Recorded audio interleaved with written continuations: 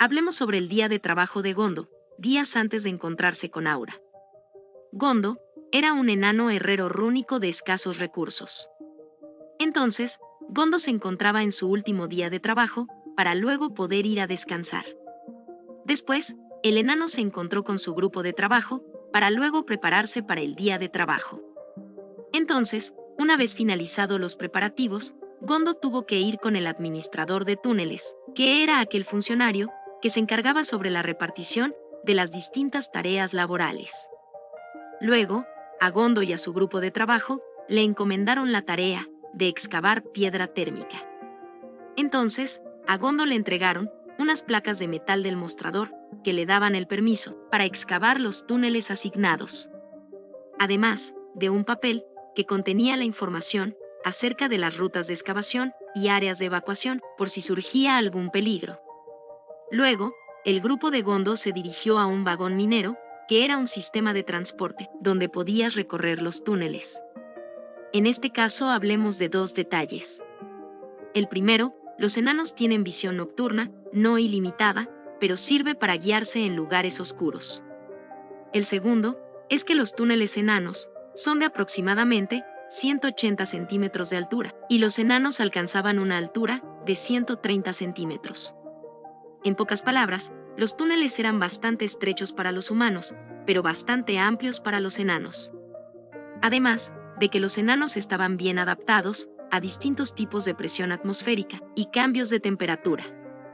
Entonces, el enano que dirigía el grupo de enanos de Gondo era un doctor de túneles, el cual su trabajo era utilizar hechizos para reforzar las paredes de los túneles para que de esta manera impedir que dichas paredes se cayeran. Además de que también tenía que modificar el terreno para que el grupo de enanos evitaran los bordes cortantes mientras excavaban. En el reino enano, es difícil conseguir madera para reforzar las paredes de los túneles, por lo tanto, un doctor de paredes era esencial en las excavaciones, para reforzar paredes críticas o débiles. De esa manera, se evitarían los derrumbes. Además de que los doctores podían sentir, si estaban excavando, cerca de agua o gas, dándole mayor tranquilidad a los mineros. Por otro lado, como los doctores de túneles no eran comunes, estos se encontraban siendo escoltados por guerreros. Luego, la novela nos habla acerca de la ciudad Feojera, una ciudad bajo tierra, que se encontraba asentada en el corazón de numerosas vetas minerales, las cuales se encontraban trabajando. Solo la parte este no se estaba excavando por razones desconocidas. Por otro lado, los enanos eran muy buenos matemáticos, ya que debido a sus cálculos, podían construir túneles en excelentes condiciones y remodelarlos a obras de arte. En los túneles principales se encontraban rieles para vagones, mientras que elevadores manuales prestaban servicio a los ductos verticales excavados. Adicionalmente, había una gran cantidad de túneles pequeños que se originaban de los túneles principales, que finalmente resultaba ser un problema, ya que no había suficientes guardias para custodiar todos los túneles. Así que si se presentaba un monstruo de estos túneles, los mineros enanos tenían que dejar todo botado para salir corriendo y buscar ayuda en algún puesto con guardias. Pero debido a que los enanos tenían piernas cortas, no podían correr bastante rápido, y por lo tanto, sería un milagro que pudieran salir con vida. Finalmente, los enanos llegaban a su destino final y se reagrupaban para iniciar a trabajar. El modelo de trabajo era el siguiente: un enano era quien picaba y cavaba el túnel. Otro enano se encargaba de picar las rocas que salían de las excavaciones. Otro enano recogía las rocas y la tierra en una cesta, para que otro enano se encargue de llevar esa cesta a un vagón. Y finalmente otro enano se encarga de llevar el vagón a un punto de acumulación de escombros. Entonces, luego de un duro día de trabajo, los enanos se dirigían a bañarse a la casa de baños exclusivo de mineros. En ese momento, Gondo disfrutaba de limpiarse el cuerpo con agua mineral natural, mientras que sus compañeros lo invitaban a tomarse una cerveza. Pero Gondo se había negado, porque tenía otro asunto que atender.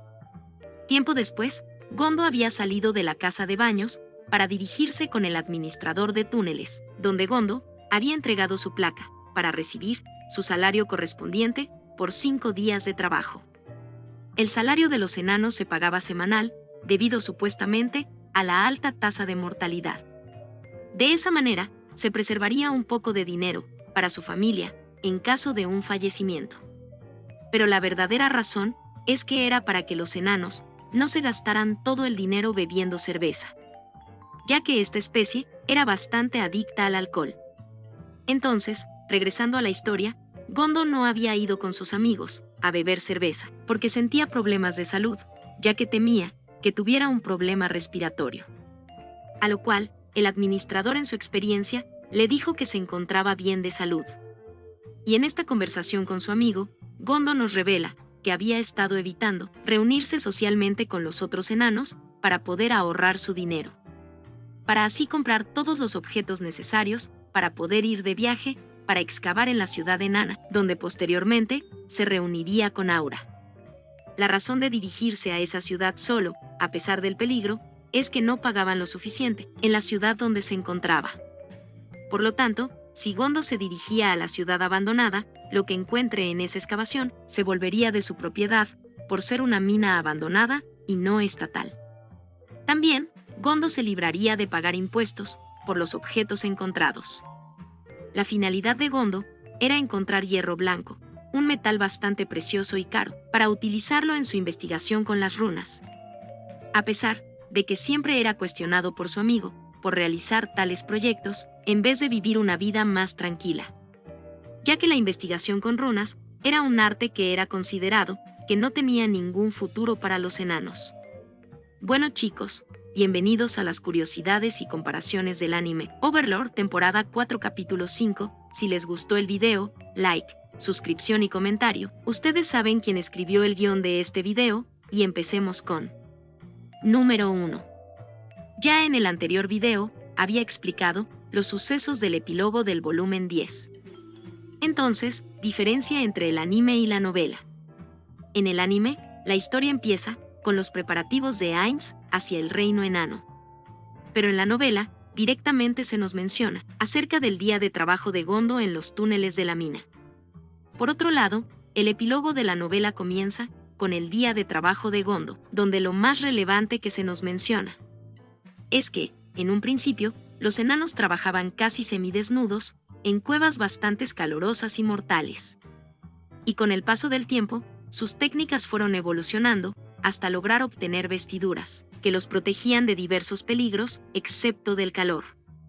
Otro detalle es que los enanos eran sobreexplotados por sus superiores, ya que tenían que pasar días de trabajos bastante pesados y con equipos de protección baratos o de baja calidad. Aparte, que su comida y agua eran bastante limitadas. Entonces, los enanos tenían que trabajar 5 días, bajo esas condiciones, para poder descansar los 5 días siguientes. Número 2. Los enanos, al vivir bajo tierra, no podían obtener calor por medio de leña o carbón, ni siquiera para cocinar, ya que podría afectarles la salud debido a la contaminación del aire. Aunque había objetos mágicos que podían purificar el aire, pero los enanos no podían producirlos en masa, ya que se necesitaba un druida enano para poder crearlos, y estos druidas eran escasos en el reino enano. Entonces, para sustituir estas fuentes de calor, los enanos vitalmente necesitaban conseguir piedras térmicas, un metal capaz de generar calor cuando se los golpeaba con otro metal de gran dureza, como mínimo mitril. Los enanos utilizaban este curioso metal como si fuera carbón, y sus refinerías y herrerías lo consumían bastante, volviéndose en un metal insustituible para los enanos. Número 3. Omitido por el anime. Después de que Ainz regresó del imperio, se encontraba organizando sus deberes en Errantel. Entonces, su principal preocupación era el gremio de aventureros, donde su principal prioridad era la formación de la escuela de aventureros, ya que, en esta institución, los aventureros comenzarían a capacitarse para que puedan mejorar sus habilidades individuales. Entonces, Ainz, en medio de su inmensa sabiduría, tenía pensado en construir un alojamiento para los aventureros que vinieran de una larga distancia, para que de esa manera los nuevos aventureros de Nazarik pudieran sentir la hospitalidad del país. Por otro lado, Los tutores de estos aventureros serían aquellos aventureros que habían escogido quedarse en el reino hechicero. Por cierto, como ya lo había dicho en el anterior video, el interés de Ainz con el reino enano era investigar el asunto de las runas, ya que podrían tener conexión con su mundo. Número 4. Omitido por el anime. El rey enano era un herrero rúnico que una vez había visitado el imperio. Desde ese entonces, el imperio compraba armas y armaduras del reino enano. Sin embargo, alrededor de 100 años atrás, todo rastro de objetos mágicos con runas se había perdido. Pero lo que le interesaba saber a Ainz era investigar si en ese mundo había alguna clase de profesión sobre herrero rúnico, ya que en Yggdrasil no existía esa clase de profesión. Para así poder combinar la tecnología de ambos mundos y así crear una nueva tecnología.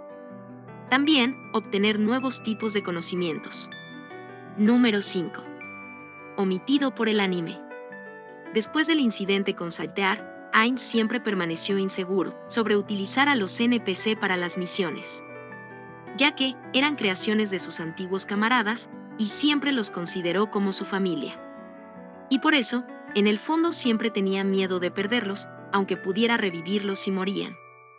Pero en esta ocasión, Ainz se decidió en utilizar a los NPC para sus planes de conquista, debido a la gran confianza y fidelidad que estos le tenían al Ser Supremo. Aparte de que los NPC también eran sus soldados más fuertes. Por lo tanto, podrían cumplir la misión con mayor eficiencia que cualquier no muerto. Número 6. Había 4 razones por las que Ainz decidió ir personalmente en la expedición hacia el reino enano. La primera, para demostrar e inspirar a los aventureros en ir a explorar lo desconocido, ya que el reino enano era un sitio del cual poco registro se tenía, por lo tanto, era inexplorado. La segunda, porque Ainz se quería encargar personalmente de las negociaciones, además de que si el propio gobernante del reino hechicero se presentara al país del reino enano, eso generaría mayor confianza durante las negociaciones. Tercero, porque era la mejor decisión de que Ainz fuera personalmente, en el caso de que hubiera otro jugador en el reino enano, ya que de esa manera, Ainz podría obtener mayor información y tomar mejores medidas frente a este posible enemigo. Además, como los NPC de Nazarik veían como basura al resto del mundo, para evitar conflictos innecesarios, era mejor que Ainz tomara las negociaciones. Y cuarto, porque Ainz necesitaba crear un punto de teletransportación para que de esa manera pudiera teletransportarse al reino enano las veces que Ainz quisiera. Por cierto, otro de los motivos de ir al reino enano es que Ainz no quería lidiar con el asunto acerca del vasallaje del imperio, ya que sería un tema bastante complicado y era mejor dejárselo a Demiurge y Albedo, quienes podrían lidiar mejor con ese tema sin marchar el honor de Nazarik. Número 7. La razón de Ainz por las que decidió llevar a Aura y Saltear es debido a que Aura podría ayudarlo a escapar de una situación peligrosa utilizando sus bestias mágicas. Y Saltear sería su carta del triunfo contra un enemigo poderoso al ser la más fuerte de Nazarik. Además de que si se descubría otro jugador en el reino enano, su prioridad sería retirarse en lugar de exterminar al enemigo. Por eso esta vez se dejaría atrás a Maré. Número 8. Omitido por el anime. Bueno, Ainz, después de analizar acerca del personal que necesitaría para su expedición hacia el reino enano, de repente, Entoma le comunica a Ainz, por medio de mensaje, que Cocytus le enviaba su informe sobre la aldea lagarto, por medio de un hombre lagarto. Así que por lo tanto, Cocytus le pedía a Ainz que sí podía bajar las defensas de teletransportación para poder enviar al hombre lagarto hacia la alcaldía de Errantel. Aquí hay que tomar un punto: a pesar de no ser Nazarik, Ainz siempre blindaba su sitio de estadía, con toda clase de trampas y contramedidas, por si surgía un ataque. También era bastante cauteloso en contra de infiltraciones o ataques por medio de teletransportación. Por lo tanto, Ainz había creado un sistema, en el cual asignaba ciertos horarios para bajar las defensas anti-teletransportación, para que así sus sirvientes pudieran tener audiencias con él. Entonces, luego del aviso de Entoma, Ainz acepta la reunión con el hombre lagarto y le asigna un horario para que pudiera teletransportarse ante él. Luego, le pide a su sirvienta personal en ese día, que se llamaba Decrement, que lo llevara con el resto de sirvientas para que lo vistieran a su gusto. Entonces, ya cuando llegó el momento, un hombre lagarto se había teletransportado ante él. Ainz notó rápidamente el trabajo de Cocytus con la aldea lagarto, debido a la manera tan formal y educada que este lagarto se comportaba hacia su señor. Luego, el hombre lagarto le había entregado un pergamino a Ainz, donde se encontraba anotado los resultados de la aldea lagarto. Obviamente, Ainz no entendía nada acerca de esa gran cantidad de datos que le entregaba Cocytus, pero nuestro protagonista se limitó a decir con un bien hecho. Después, Ainz preguntó por Sariusu, que se encontraba entrenando dentro de la tumba de Nazarik, y le había dado permiso para que volviera a su aldea por el nacimiento de su hijo. Entonces, el hombre lagarto le informa a Ainz que Sariusu se encontraba bien y feliz por el nacimiento de su hijo color blanco. Al recibir esa noticia, Ainz se decepcionó un poco, porque había nacido solo un niño. Debido al espíritu de coleccionista que nuestro protagonista tenía, al ser la raza de su madre, poco común.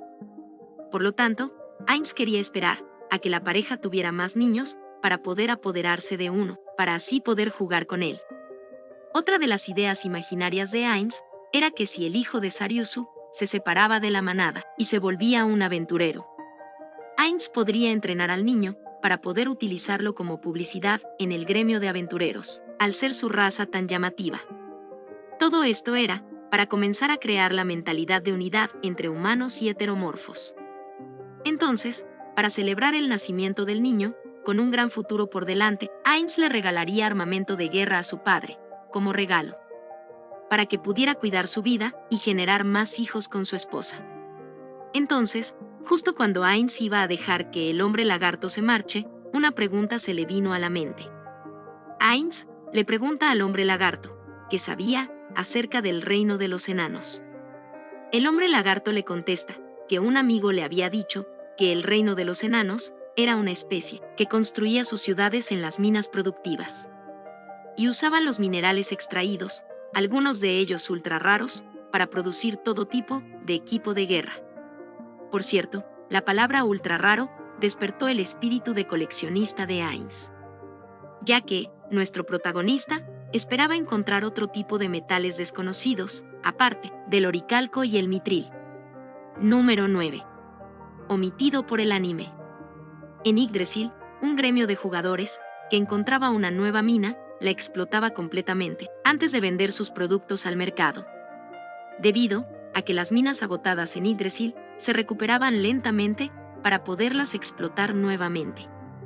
El mayor objeto que podrías conseguir dentro de las minas en Yggdrasil era la piedra calórica, que era un objeto oculto de clase mundial. Solo se podía obtener al reunir una gran cantidad de minerales prismáticos para luego gastarlos, siendo un proceso bastante difícil. Siendo un golpe de suerte extraordinario que el gremio de Ainz o Algaon pudiera obtener ese objeto para producir un objeto de clase mundial. Entonces, Ainz tenía la expectativa en el reino de los enanos de poder conseguir minerales prismáticos para así poder conseguir una piedra calórica. Desde ese momento, Ainz tomó la expedición al reino de los enanos como una misión de prioridad máxima. Número 10. Las decisiones que Ainz había tomado con respecto al reino de los enanos eran las siguientes. Primero, verificar la presencia o ausencia de jugadores, y en el caso de resultar atacado por un jugador, Ainz invadiría totalmente el reino enano. Segundo, investigar las runas y sus orígenes. Tercero, obtener información acerca de su metalurgia y sus minerales.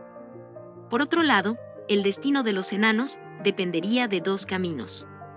El primero era tener relaciones amistosas con ellos, para que así pudieran exportar sus armas al reino hechicero, para brindárselas al gremio de aventureros a bajo costo. Y el segundo, en el peor de los casos, tomarlos como esclavos. Entonces, al final Ainz decidió ir con Semberu, porque era el único que tenía información del reino de los enanos, ya que tanto Fludero, el jefe del gremio de aventureros, no tenían ningún tipo de información concreta acerca de este reino, porque no les interesaba. Por cierto, Mare se quedaría a cargo de las defensas de Nazarick, mientras que Saltear escoltaba a Ainz. Número 11. El problema con Saltear. A pesar de que Saltear era la NPC más fuerte de Nazarick. Tanto que, si la pequeña vampira se hubiera preparado adecuadamente en contra de su pelea con Ainz, esta chica hubiera barrido el piso con nuestro protagonista. Pero ese mismo poder la estaba limitando en su crecimiento. Por lo tanto, Ainz quería llevarse a Saltear consigo para que pudiera conseguir nuevas experiencias, y de esa manera poder desarrollarse en otros aspectos para que pudiera crecer. Por cierto, Ainz no podía llevar a la expedición a las sirvientas regulares, como Decrement, porque sus estadísticas no eran muy altas, prácticamente eran NPC de nivel 1. Entonces, llevar sirvientas a lugares desconocidos sería muy peligroso para las chicas. Por otro lado, aquellas chicas eran hijas de sus amigos y no quería ponerlas en peligro. Por cierto, desde este punto, ya llegamos a la parte de la aldea de los hombres lagartos. Pero el anime se comió más de 1 hora y media de curiosidades y eventos. Número 12. Diferencia entre el anime y la novela. En el anime, la relación entre Ainz y Senberu era bastante tranquila.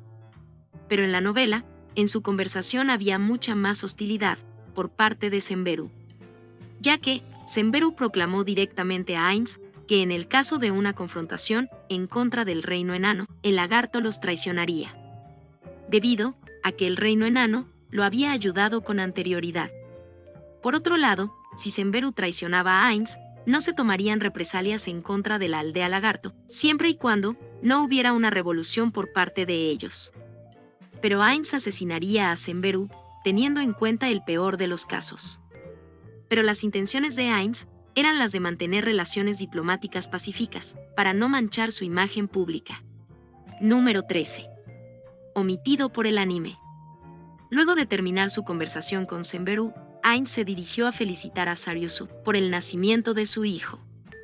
El motivo de esta conversación era que Ainz quería proponerle a Sariusu que se mudara a vivir con su familia a un lugar con humanos, para que de esa manera se iniciara la integración entre humanos y heteromorfos. La razón de esto era porque Sariusu era un viajero y por lo tanto tenía experiencia del mundo exterior.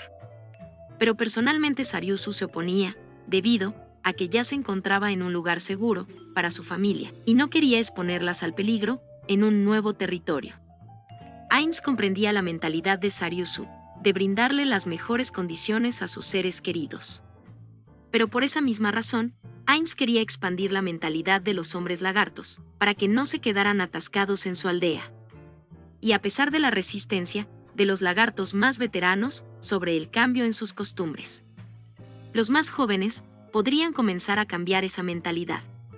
Por cierto, el fetiche secreto de Takemikazuchi fue descubierto cuando Kokyutos hizo esta petición extraña. Takemikazuchi no solo era un amante de las batallas, sino también era un masoquista. Por otro lado, la respuesta omitida de Ainz es que prefiere sentarse encima de Saltear, por ser una silla más cómoda. Pero Kokyutos es una silla bastante refrescante, por lo tanto, sería bueno sentarse encima de él en tiempo de verano. Número 14. Cómo Senberu conoció a los enanos. De acuerdo con Senberu, él había subido y bajado picos de montañas para encontrar a los enanos, sin mucho éxito durante un mes. Y cuando estaba por darse por vencido, se había encontrado con un enano que se encontraba explorando la superficie. Después de eso, sucedieron varias cosas y se ganó la confianza de los enanos, siendo llevado a su ciudad. Al principio, su apariencia le era sospechosa a la población, pero con el paso del tiempo, se ganó la confianza de los ciudadanos.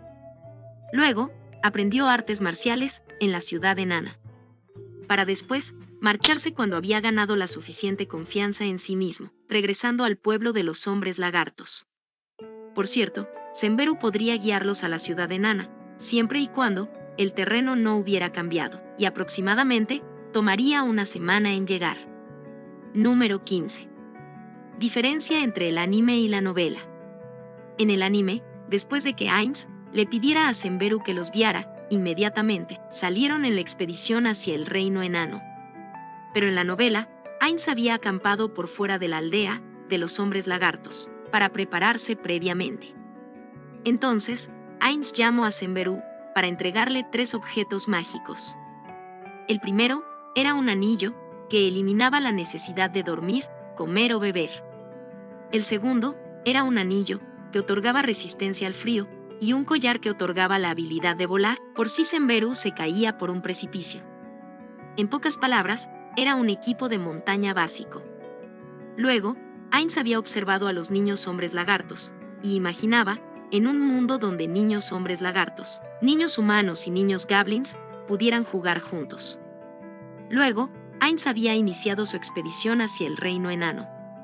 Número 16. El hechizo que utilizó Ainz para poder crear un campamento. Era un hechizo de nivel 10, llamado Crear Fortaleza.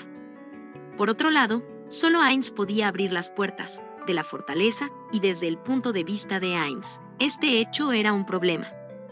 Debido a que su magia podría afectar a sus amigos en medio de un ataque enemigo, creando un fuego amigo. Por cierto, omitido por el anime, después de que ingresaron a la fortaleza, Ainz le pidió a Senberú que le dejara observar sus recuerdos, para que de esa manera pudiera obtener mayor información acerca de la siguiente ruta en la expedición. Pero el problema con este hechizo es que consumía demasiado mana, aparte de que generaba serios problemas mentales si no era utilizado adecuadamente. El funcionamiento era el siguiente: como si fuera una computadora, Ainz podía observar y programar la memoria de la víctima.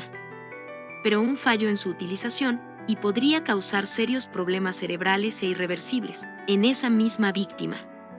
Pero Ainz había practicado y dominado este hechizo con aquel clérigo que había capturado. Y también, al parecer, con aquella sirvienta que había observado el beso entre Ainz y Albedo. En pocas palabras, con el clérigo, Ainz experimenta con su cerebro, y con la sirvienta, Ainz había borrado recuerdos de su memoria. Y ahora con Senberú, solo quería observar sus recuerdos. Por otro lado, en ese momento, el clérigo ya estaba tan acabado con los continuos experimentos de Ainz, que actualmente quedó inutilizable, tanto física como mentalmente. Número 17. Omitido por el anime. Hablemos sobre cómo Ainz entró en la cueva de la ciudad enana. Entonces, después de que Anso había dado su reporte acerca de la ciudad enana deshabitada, inmediatamente, Ainz entró en la ciudad, escoltado por un Anso entre las sombras, mientras el resto recorría los alrededores por seguridad. Ya cuando ingresaron en la ciudad, Ainz le había pedido a Senberú que avisara sobre su presencia con un grito para ver si alguien respondía. Cuando no escucharon ningún tipo de respuesta, Ainz le había pedido a los Anso que buscaran entre los túneles algún tipo de señal de vida. Pero sin alejarse demasiado, ya que era un sitio desconocido y no quería separar el grupo, sin saber las circunstancias del vacío en la ciudad.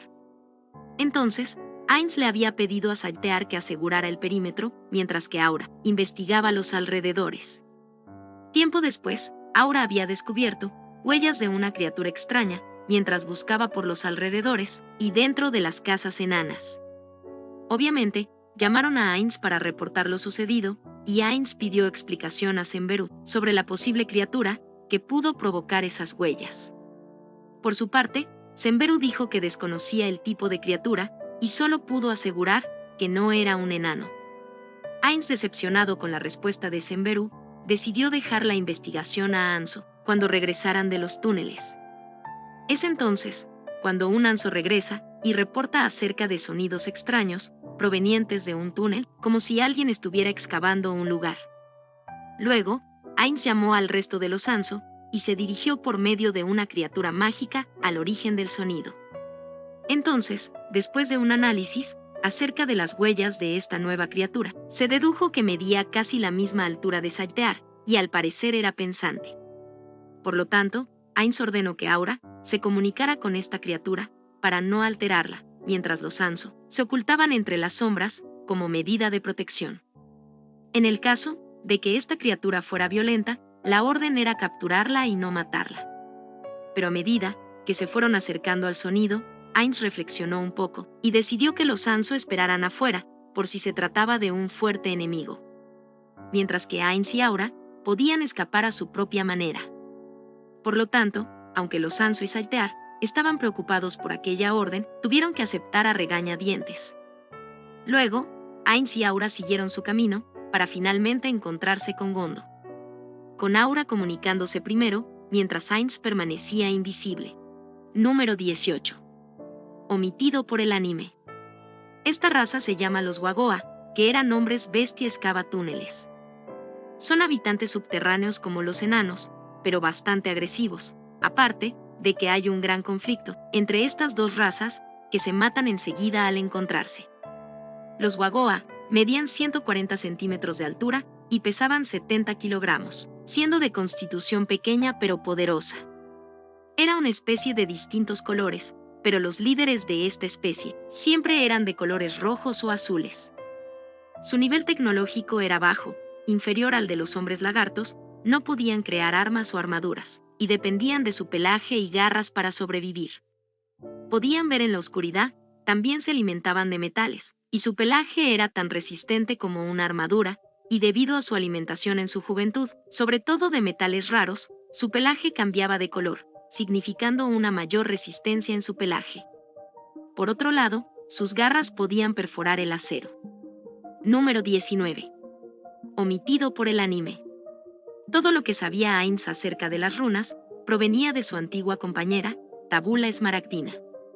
En pocas palabras, Ainz no sabía mucho acerca de las runas, únicamente sabía acerca de los caracteres en los números y que era un sistema de escritura nada más. Además de que tampoco recordaba sobre el significado individual de cada carácter. Por cierto, a Gondo se le conoce como el desarrollador de runas, y la razón de que los enanos ya no fabricaban armas con runas era debido a que hace 200 años los enanos fueron atacados por los dioses demonios y los últimos miembros restantes de la familia real abandonaron al reino para unirse a la lucha en contra de ellos. Después, las tecnologías del exterior llegaron al reino enano y como resultado, las runas cayeron en desgracia. Por cierto, el reino enano ya no cuenta con ningún rey, sino que el país es dirigido por un consejo de regentes encabezado por varios líderes. Número 20. Omitido por el anime. Los Wagoa tenían planeado realizar un ataque de pinza en contra de los enanos. Me explico, una vez atacada y conquistada la ciudad enana del norte. Sus sobrevivientes se tendrían que retirar a la ciudad donde Gondo se encontraba. Entonces, para evitar que los enanos pudieran escapar, los Wagoa quería utilizar a este grupo separado para atacar y masacrar a todos los enanos sobrevivientes. Por otro lado, ya cuando Saltear logró obtener toda la información necesaria de estos Wagoa, Ainz ordenó que fueran teletransportados a Nazarik para que posteriormente pudieran ser estudiados, pero minimizando el número de muertos, ya que los Wagoa todavía no eran totalmente hostiles en contra de Nazarik.